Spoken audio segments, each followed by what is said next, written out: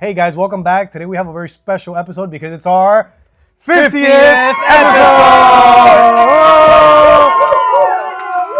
This one is filmed in front of a live studio audience, so expect some giggles. It's Tuesday Night Live! So today I'm going to tell you all about how I doubled my gains in just 30 days. But first... Clickbait. Yeah, totally. But first, we do have to acknowledge that it's our 50th episode. Woo! How do you feel about that?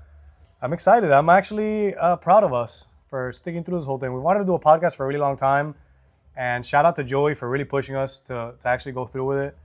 Our producer, one of our many of course, producers. everybody that listens, we're very grateful for you guys. And hopefully, continues to grow and we keep at it. Because I really enjoy doing it. Yeah, it's definitely going to continue to grow. That's in our 2025 plans. And it's only going to get better. But I do want to do a little bit of reflecting since we've done 50.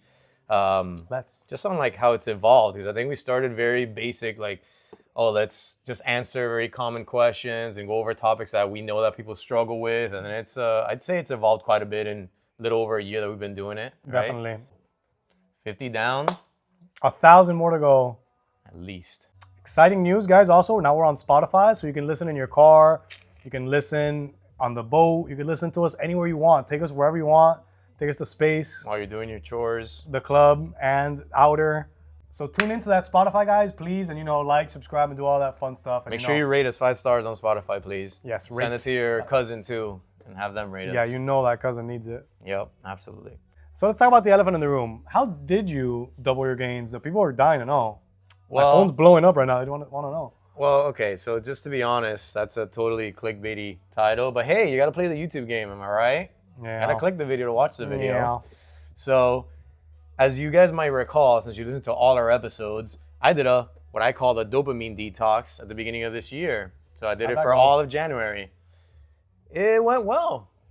It went very well. I'm gonna tell you guys all about it now. Let's dive on in. But just to kind of go over why I did it, I think the biggest takeaway from that episode of the Dopamine Detox is that I wanted to have control over my attention, control over what I'm paying attention to, and whether or not what I'm doing on a daily basis and my behaviors are getting me to the results that I want. It's as simple as that. So it's not like demonizing certain activities or saying this is bad, don't use TikTok, don't watch Netflix. It's more like, do I want to spend my time doing that? Okay, so it was more about taking control and taking agency of my attention. And the reason you say dopamine detox is because the reason we scroll our phones, we go on TikTok, we do all these things is because it's cheap dopamine hits, right? So I was just trying to minimize that and spend my time in other things that I wanted to spend my time in. So yeah, it's that whole like making a plan of the person you want to be and then taking steps every day into exactly what would that person do? Yeah. So before I go into what specifically I did and what my results were, I just want to give a little disclaimer that so everyone has different struggles, right? Like I had specific things that I was trying to cut from my life, but if you decide to do this, like it's gonna look different for everyone. That's why I don't like this whole like, okay, I made this generalized program, this generalized method that's gonna work for everyone. Why? Because maybe you don't have a problem. Maybe you don't even like to drink alcohol, like I do, or maybe like we talked about it last time. You're an X-Man. Exactly, I'm an X-Man. Not Wolverine. Yeah. You like X. I did dress up as him once, but I'm an X-Man, but like TikTok doesn't do it for me. Like we talked about that last time, but other people are like totally addicted to TikTok or whatever that might be. So I just want to get that out of the way because as I talk about this, a lot of people are going to be like, what the hell? Like, why does this guy struggle with that? Or like that's no problem for me. No alcohol for 30 days. Like I barely drink alcohol. Well, guess what? That's not your problem. Maybe it's not your vice. Yeah, you have something else that you spend time doing that you probably you shouldn't do too much of. I always say, kind of half jokingly, if you don't have a vice, I don't trust you. But it's like half joking because I kind of don't. Like nobody's perfect, so if you don't have that one thing, like what are you hiding? I don't know. I would say so. I always use my wife as a reference point because she is like the opposite of me in the sense that God bless her. She's not. She doesn't have an addictive personality. She's like I call her Miss Moderation because she is the type that can have like a bite of a cookie or like one chip. And I'm the opposite of that. I'm gonna have the whole bag every time. But it's interesting because it allows me to see how like certain methods will work for somebody like myself, and then I could apply it to my clients.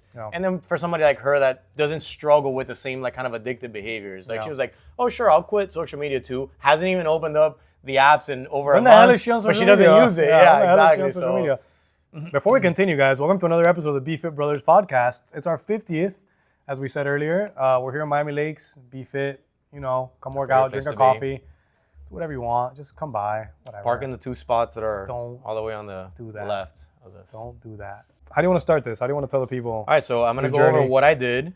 Then I'm going to go into the gains, like how exactly I, The on the back games? of the games. We're playing games. Um, What's your favorite childhood game?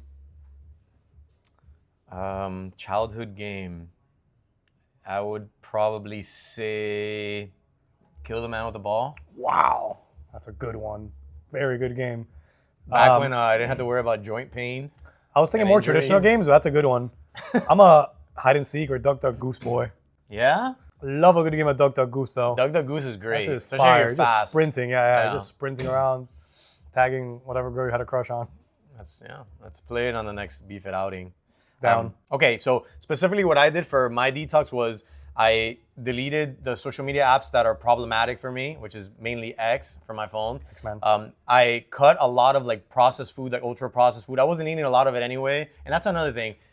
I already was like, my lifestyle was already like 80%, healthy. That's right? what I was gonna say. Like, if the difference between cutting processed foods for you and like for me or for the average American is night and day. Like, if I cut processed foods, I'm changing my whole diet dramatically. So that's the thing. For me, processed food is like maybe less than 5% of my diet, like a little ice cream after a meal here and there, things like that. But, I eat pretty clean already. So again, this is, in that sense, that part was actually easier than for somebody else. So just make it your own. And then probably the biggest one, it always makes me sound like an alcoholic, but it was quitting alcohol. And I feel like I have to give a little bit of context for that. So obviously the holidays, the month before this detox is the holidays. Was so December, guys. People are drinking more. There's more nice. social outings. I know the people that know me are just like, motherfucker, you drink all the time Yeah, anyway. you drink anyway. But I was drinking on average 2 to 3 times a week, right? And I'm going to talk One about... drink every time? No. Heavily? Not heavily, Moderate? but I almost never had just one drink. Yeah, if enough I'm to get a being buzz. honest. Enough to get a buzz. And therein lies the problem. Some people can have one drink. And I would say if you are that type of person that has one drink here and there a few times a week, yeah, could you improve? Yes, but like it's not that problematic. Like what is that saying that the dosage makes the poison? Yep. With alcohol, it's 100%. Like the more you drink, the significantly worse it is for you. For your gains, for your For all actual kinds of things. well-being, yeah. So again, that to somebody like me, cutting that, and then the other thing is I like really heavy beers like IPAs. They have 250 to 300 calories per beer. So if you're having 3-4 beers, do the math. a whole a ass lot meal. of calories. So for somebody like myself, just cutting the alcohol, just for the calorie sake, is already like I'm gonna go into like calorie deficit just from cutting the beer. But anyway, I want to go exactly into that. So yeah, that's what I did. And just to give full disclosure, I cheated on my detox. I'm going to put that as cheater. the title. I cheated on my cheated. detox. And it's Julian's face. However, I'd like to say that it's okay. I'm gonna rationalize my cheating. All right, Joe Cool. Babe, Yeah. because it was only It was only once. sex. Yeah, it was just it didn't sex. mean anything. It was meaningless. No, but here's the way I explain it is that I purposely went like super hardcore, like, I'm gonna do these crazy things that I knew I probably wasn't gonna do all of them, but if I did 80% of it, that's a significant really good. improvement in my health, right? Yeah. And in my behaviors. I didn't drink any alcohol, not a drop. So that was my big one where I was like, all right, I'm not gonna drink alcohol. That's my one thing. But like, did I have a little process? Did I have a piece of chocolate here and there? Yes. You'd slide boots. Did I not use social media, but then I went on Reddit a few times? Yes.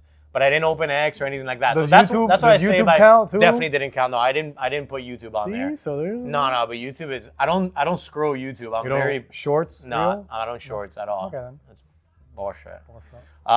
So anyway, I just wanted to get that out of the way. But I still think that's important because some of these detoxes and like these challenges are so hard that most people won't do it 100%. But then what happens? Here's what happens, and they say, "Oh, well, I messed it up, so then I'm done." No, what you do is shoot for the moon, you land in the stars, or the other way around. I think a Pitbull said that.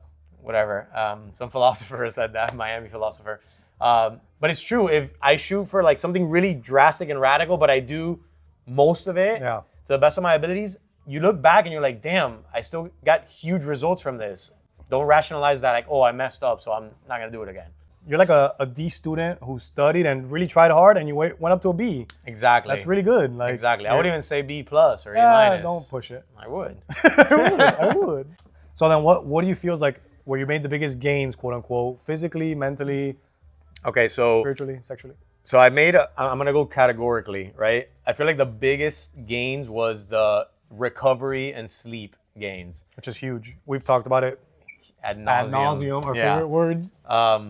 So here's the thing about the alcohol intake. If you drink twice a week, right? Even if it's just twice a week, when you do drink, especially if you drink like in the later part of the day, it's whether you like to think so or not, it affects your sleep, right? It physiologically, there's a lot of science that shows us it affects your sleep, your REM, your REM sleep, the quality of your sleep. You wake up more frequently during the night. It does a lot of things to your body that affects your sleep. So sleep is the number one thing for recovery from workouts, and also just like stress and like cognitive load, anything that like puts stress on the body. You make those gains in recovery during sleep. Now, for somebody who works out like we do, sleep is even more important because that's when you make all your muscular gains and your strength gains and all of that. So if you're the type of person that drinks all the time, you're not recovering properly. I don't care what you say. So then you have like this accumulated sleep debt. It's like you drank, so you feel shitty the next day. So your workout kind of suffers. So then the next day you're more tired, but then like there's sleep debt that's accruing. Whereas if you don't and you're getting a good night's sleep most nights, it's the other way around. I feel good for my workouts. I feel like I could really push a little bit more, have more energy, and I made better gains from the day before. Like my muscles are actually recovered.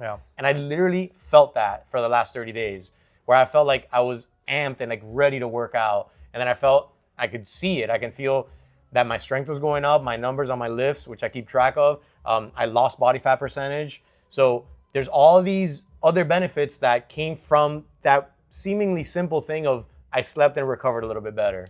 And it's funny to think that just came from not drinking alcohol. That's it. That's literally it. That's why I feel like for a lot of people, alcohol is like the little like secret thing that's killing your gains because you don't really think about it. You're like, well, I'm trying to eat healthy, I work out, I do these things, but like most adults that we know drink at least once a week, right? Wouldn't you say? Yeah, and then they won't like process it as this is disrupting my sleep or this is a bunch of empty calories. They don't really think about it. It's like, oh, we haven't even talked about the calories yet. Yeah, we haven't even talked about that. So I feel like not demonizing it, but at least being aware of it goes a huge way into, like you said, recovery, improving your lifts, improving your body fat, like all that stuff. Yeah, and if it's, I want to talk about like what I learned and what I want to do now, but I feel like if you are going to drink, being a little more conscious of it. What day of the week? Like, do you have a big workout plan tomorrow? How is this going to affect your progress? How is it going to affect your calories for the day? It's funny. I'm not gonna say who it is, but somebody that I knew found out recently, like a little later in life, that alcohol has calories, right? So they would never factor in that if I have vodka or something, I swear, that if I have vodka, that counts. I have to like count that in my daily calorie. They're just like, I mean, it sounds funny, but I'm sure for sure a big percentage of Americans won't realize that, how many calories there are in alcohol, especially if it's just like clear. If it's like spirits, Spirits, because exactly. beer, I think everybody kind of knows. Yes, beer and wine, everybody knows. Yeah, because beer, they've been putting like a big run lately with like the Michelob Ultras and all that, like only 64 calories and all that. So they're making you aware that, there's more calories in other beer, but nobody, like you said, nobody ever talks about Smirnoff calories or something like that. Yeah, and it's like, let's say you have, a few vodkas or whatever.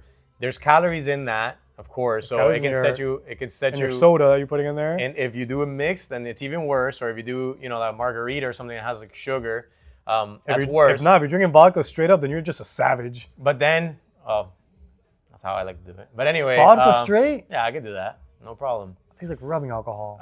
Sick.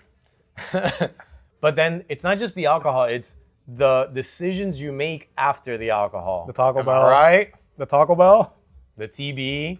TBS. Yep. But think about it, like, the whole lowers your inhibitions thing. It does that with food 100%. We can all attest to that. Like, you have a few drinks and you're like, give me the wings, give me the nachos. Yeah. So, again, that didn't really affect me that much. Wings. Give me the Cagney's. Shout out. Sir Keo's going to be watching this and be like, hey! All right. They mentioned us. Those cheap bastards. Hey, Maynard, get over here. Maynard, come here. Look, your friends. So I know we were spending a lot of time on just the alcohol part, but like I said, that literally could have been responsible for like how I quote unquote doubled my gains. That was your biggest frog. That was for sure. Yeah. And again, for somebody else, it might be something else. Like I have clients who I will not disclose, that for them it's like smoking weed is their thing. You know? Who's that? And I'm not gonna say it. What? It's legal in this state now. Crazy. But it's like, shut up. They don't know what state we're in. Miami Lakes, Florida. Miami Lakes and everything. But like that's another one that physiologically makes you want to eat more. So even though it may not be as much of a problem as far as Sleep, health rest. and sleep, but it'll for sure give you the munchies and you're eating, double the portions. And when you're going down that road, might as well mention the people that stay scrolling TikTok or Instagram in their bed, which we've talked about ad nauseum, how bad it is.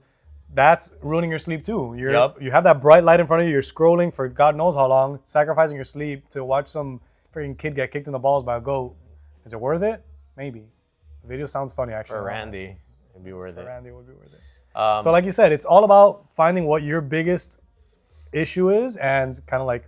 Yeah, and since we're talking about it, I would say that look at your rest and sleep and recovery first, because if you're not doing that, a lot of times people, when they come up to us, they come to trainers and it's like, how can I improve? Like, should I work out more? Should I do more cardio? Should I do more, right? But then I'm looking, I'm like, how's your sleep? And they're not even thinking about that. What do you mean? How's your sleep? Would you say that like you sleep well, you sleep like quality sleep, good amount of duration? They don't really think about it. It's not something that a lot of people think about, but it's, like I said, it's definitely in the top 3. And as you can see by my results in the last month, it's your stomach? Probably one of the most important things. You're gonna see it soon, guys. Follow me, BFit by Jay. I'm posting up progress pictures. This is not just talk, all right? I got results to prove it. Those are old pictures. Nope, I got the grays. All right, so let's talk about diet for a second. Obviously, we already talked about the amount of calories that you remove by not drinking freaking IPAs, bastards. right? That's one thing. So again, I didn't really have to lower my calories too much because I didn't want to like lose a little bit of body fat, not too much. I'm not trying to lose that much weight, but already that was a big like step in the right direction. But then the eating a little more protein, eating a little bit less carbs, less processed food. Again, I only had to make little tiny switches to my diet, whereas somebody else might have to make like bigger switches to double your gains. But I feel like it's still worth noting. I definitely upped my protein intake, so that helped. Yep. And when you make these lifestyle changes, it's hard to say which one gave you more of an edge than others, right? Like you're recovering better, which means you're training harder, you're eating more protein. They all help. Yeah, it's a combination. Exactly. Combination. Exactly. So, but I did want to mention that. Now that I think about it, this podcast is really all about recovery, because that was That's what it is. That's what it is. Recovery. That's really what I feel like gave me the biggest gains, because it's not just physical, it's mental too. Like after a good night's sleep, you feel like that mental clarity. You feel like you can focus more. You're in a better mood. So because I was about to start talking about like productivity, because I had those type of goals too, and which comes from, again, it all comes from the recovery. I mean, let's be honest. We've all had those nights you sleep 2-3 hours, then your next day sucks. You're not gonna come to me and tell me, oh yeah, I was just as productive. I was in a great mood. I rolled out of bed, bright-eyed. No, like if you're not sleeping well, like you said, everything's just going downhill. And by the way, fun fact, if you are sleep deprived, your body is going to ask you for more specific type of calories, like fat and salt. Fun. So that is why I'm sure you guys can relate, where you are either didn't sleep well the night before, you're hungover, whatever it might be. What do you want for breakfast? You don't want the super clean acai bowl or whatever. Yeah, you want something like bacon tater tots and all kinds of like greasy stuff. There's a reason for that. So hash browns. Again, once you know that, everything changes and everything just kind of like steps in line. For us, it was perfect because January is our busiest month as gym owners, all the New Year's resolutioners. So it helped me to be a little bit more focused, more like on every day, 7 days a week, as opposed to like, okay, last night I didn't sleep well or whatever. I had a few drinks, so I don't really feel all that great today. So in that sense, it was great. Gives you a little bit of an edge. I love edging. Okay. Microsoft Edge? Yeah, it's my favorite browser. That's a browser? What'd you think it was? Some shitty app that no one uses. I mean, technically it is. Shitty browser. Nobody uses it. Is it? Yeah. Interesting. That's the new Internet Explorer. By the way, did you do your no snagging thing? I did way better with my yeah. Okay. I did no soda in January, and I'm harsh on myself, so I didn't see it, but I did minimal snacking and no soda Minimal for January. snacking. Minimal. I can't say none. I can't say none because I cheated. But it was minimal, and a lot of people here were telling me like, "Oh, you look like more like defined. Your shoulders look." And I was like, "All right, I'll take it." There you go. But Did you double your gains? I don't know if I doubled my gains. My gains are already so vast. How am I Thing gonna is, double yeah. them? And again, I don't think you had that sleeping issue that I did. No, I sleep like a baby. There you go. A well-behaved baby. Yeah, my baby wasn't sleeping too Aw. well. She's doing better now. All right. So what are the biggest takeaways that you can give the audience? So I would say that everyone can benefit from doing like their version of a dopamine detox, and I would encourage you to go watch the first episode. Go way in depth about what this is and why even the name is kind of silly and stupid, Yeah. like dopamine detox. You're not really detoxing, but here's the bottom line: we can all look at our lives, do an audit of our behaviors, and be like, okay, which one of these things can go where I'm not spending time the way that I want to, right? I spent 2 hours, my screen time is up. I go on this app way too much. I know I should be studying for this. I know I should be reading that book. I should. But instead I'm doing blank. I'm doing this. So let's take a look at that. And then whatever that problem area is, see if you can go with either minimizing or eliminating it just for a certain period of time. But then more importantly, what happens after those 30 days? What happens after you finish the quote unquote detox? You have to have a plan for how you're going to reintegrate this stuff. You Because can't guess just jump what? back in, yeah. It's addictive, man. It's addictive. Like I've noticed, I'm back on the socials now, like just a little bit, and you realize how you oh wow, I'm mindlessly scrolling again. Like no, this can't be. I need to set rules for myself. And what kind of rules did you set for yourself? So for me, it's time blocking, which is I can do it between this time and this time. Honestly, my schedule's so busy right now that there's barely any time to do it, which is kind of a good thing. Yeah, it's a good thing. But yeah, it's like, we talked about it. We talk about it a lot on this podcast too. But you can have a rule like having a basket at home where you put your phone when you get there if you want to spend more time with your family. Like if I'm only home spending time with my kids for X amount of hours a day, I can't also be on social media and scrolling and doing this and that and being distracted. So that's one of our rules. It's like put the phone down. Between this time and that time, we focus on each other as a family. You can play with my kids. So. Time blocking, I think for me is huge. For other people, they don't like that kind of like rigidity, but you got to find something that works for you. Like I think for you, the screen limit, right? Like the app limit that your phone tells you, hey, you've been on Instagram, you've reached your daily limit. So I think that's a good one. Now, while it doesn't immediately stop me like, okay, you're done. It at least adds that awareness in my head like, oh shit, I've been on Instagram for an hour today. And that definitely helps me to like pull back on it. And I think what you said, audit your life and your behaviors is huge. Like you should make a list of the things, kind of like categorize, like organize them and which ones you spend the most time doing. And like you said, just kind of try to cut them down little by little because I think it might be too drastic to do it all at once. Yeah, I think so too. One of the other things that the experts recommend is what? That's us, we're the experts. Oh, no, like the productivity experts is that the more friction that you add to a behavior, the harder it's going to be to do, right? So the reason we're addicted to our phones is because it's the easiest thing there is. It's super easy, right? You just pick up your phone and boom, you're on Instagram scrolling. So what like Cal Newport and those type of guys do is they say, I'm not allowed to have it on my phone. I can have it on the browser on the computer, but I'm also not allowed to be logged in automatically. So now I have to go to Instagram.com, type in my account, type in my password. Like for like 9 times out of 10, you're gonna be like, that's kind of a little that too stops much. me every time, like Exactly. especially like online shopping and shit. You have your thing in the car, it's like, check out, add your details. Nah. Yeah, it's friction. Anything that adds friction. And that's why Amazon is such a freaking pain in the ass because it's so easy. It's you just go on easy. there, buy now, and that's it. Like, It's easy. And marketers have figured that out. App makers have figured that out. And by the way, it goes both ways. If you want to build a good habit, we've all heard about if you want to go for a run tomorrow morning, leave your shoes, like your running shoes and your outfit, like right next to your bed. That way you get up and you put it on.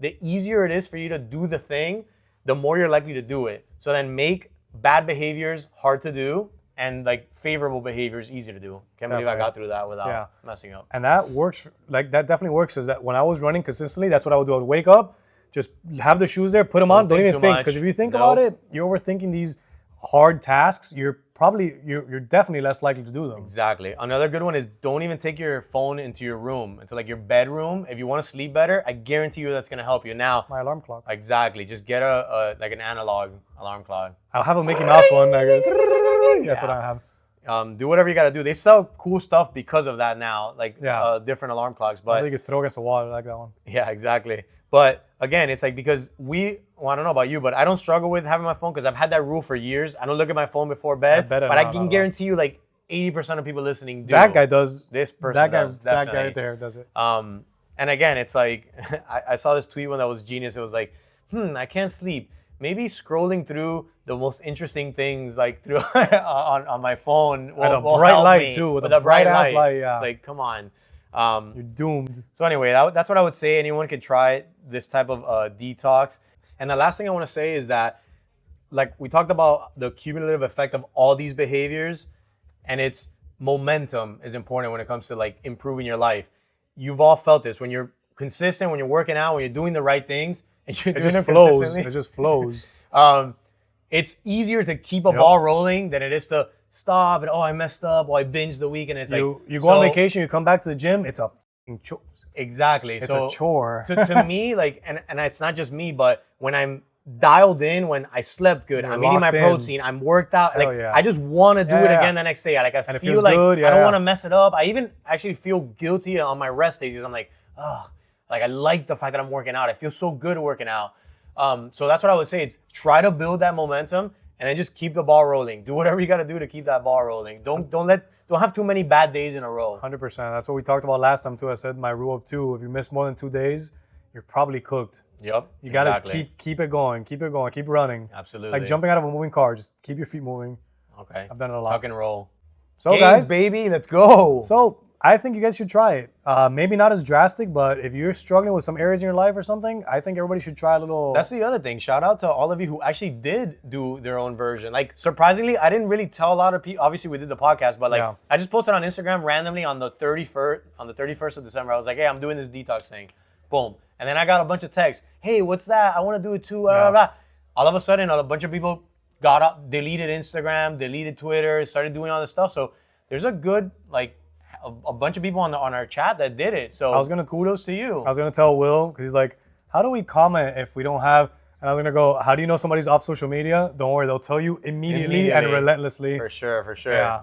But yeah, I mean that's great. And again, the fact that so many people chose to do it without really even getting pushed tells you that they know that it's a problem. And they need it. Yeah. It's like, I know this shit sucks for me. This is not good. So let me just get rid of it. And it's a good idea. And like you said, kudos to them because a lot of people are aware. Are in denial. And are like, I don't have a problem with it. Okay, you're on TikTok 5 hours a day. You binge watch Squid Games in one day. A lot of people can't even go. They come in here for a workout, which you would think, hey, an hour that I'm not on my phone, that I'm like, no. They have to come in the rest intervals and check and see the notifications, which, you know, if I could, if things were up to me, but, you know. No phone policy. I would love to do that. No shoes, no phones. I would love to and do no it. fun would be Julian's gym. See, that's the problem. You think it's no fun. But I guarantee you. I'm just kidding. I just like to pick on No, him. but I guarantee you, people would be like, I'm glad that like you guys put that rule there. Because otherwise, I know I would be addicted, you know? You are addicted. Maybe we'll do a poll. Who wants to do no phones at the gym? Who wants to be a millionaire? What if there's an emergency? What happened in the 70s when there was an emergency? People would die. You were out riding your bike. People would die and you wouldn't find out. So, guys, we hope you enjoyed the 50th episode. Stay tuned for the next 50. And like tell your friends. Any topics you guys want to talk about, leave them in the comments. Tell us in person. Send a carrier pigeon. We'll Shout out to Daniel Elk, the CEO of Spotify. Thank you, Daniel. That was a great meeting we had the other day, Dan. Thanks, Danny. We'll see you guys soon on another episode of the Beef It Brothers Podcast. Pigs in space. Alfredo, cállate la puta boca.